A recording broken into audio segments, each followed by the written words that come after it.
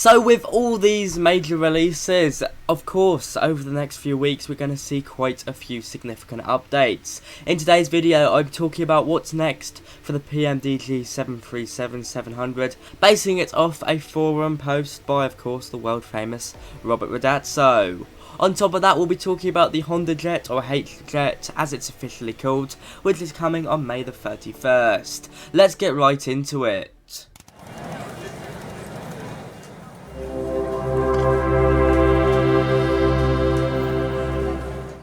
So let's kick it off with the progress on the 737-700. Of course, it's been pretty seamless being released. I wouldn't say it's been disastrous by any means, especially when you compare it to other releases. But of course, like most things, there has been a few bugs. PMDG are aware of this, and of course they're working on it, and we should see most of these fixed with the upcoming Sim Update 10, because not all of them are actually PMDG issues, a lot of them stem from Asobo issues. Let's go through the major ones he was talking about on his forum.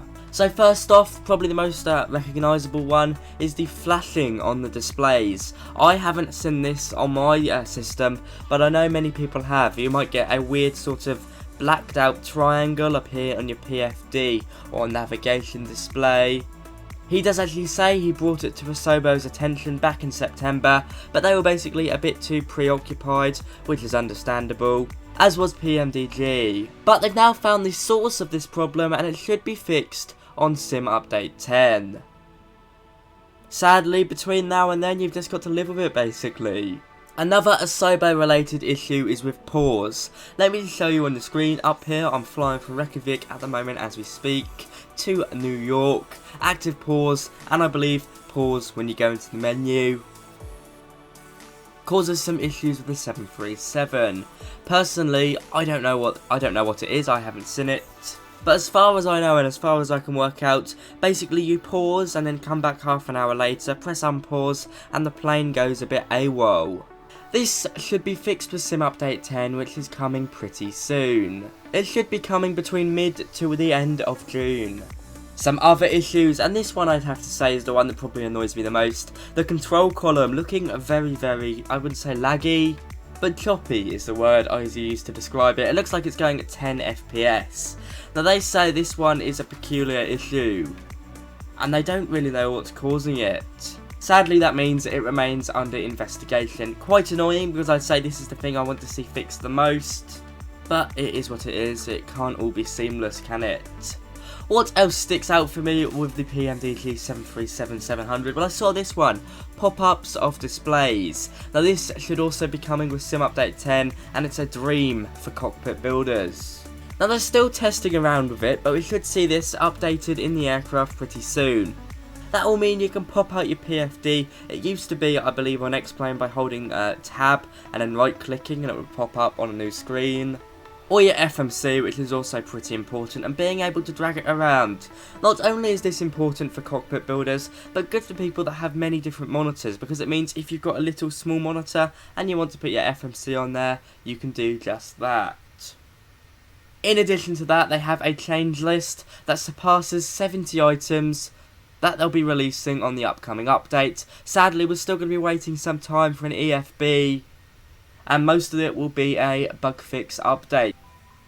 So what's next for the PMDG 737-700? Well, a big bug fix update that will hopefully improve what is an already epic experience. It's good that they're still working on it, but of course it's PMDG, we'd expect nothing less.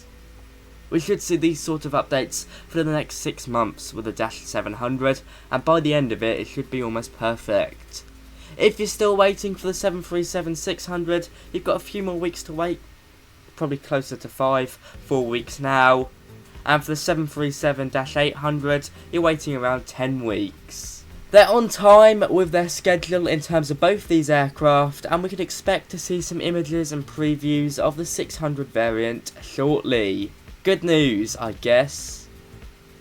That's it from the PMDG team. Good news all around. A bug fix update coming over the next few weeks, with Sim Update 10 improving the experience, I'd say, quite considerably. Now moving on to the HondaJet by FlightFX and a guy called Marwan Garib.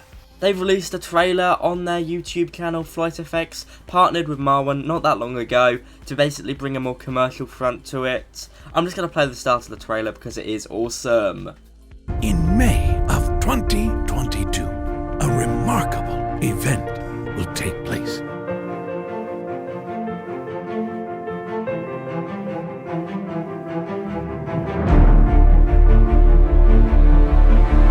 From a virtual factory tucked away on the northeast side of Piedmont Triad Airport comes a project 3 years in the making.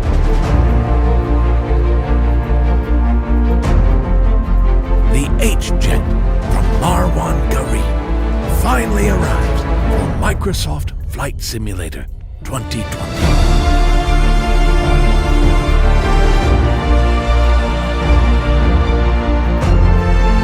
With a cruise speed of 422 knots. So there we have it. This will be coming on May the 31st. We've got a confirmed price. It will be coming for $25 US or thereabout. Incredibly cheap.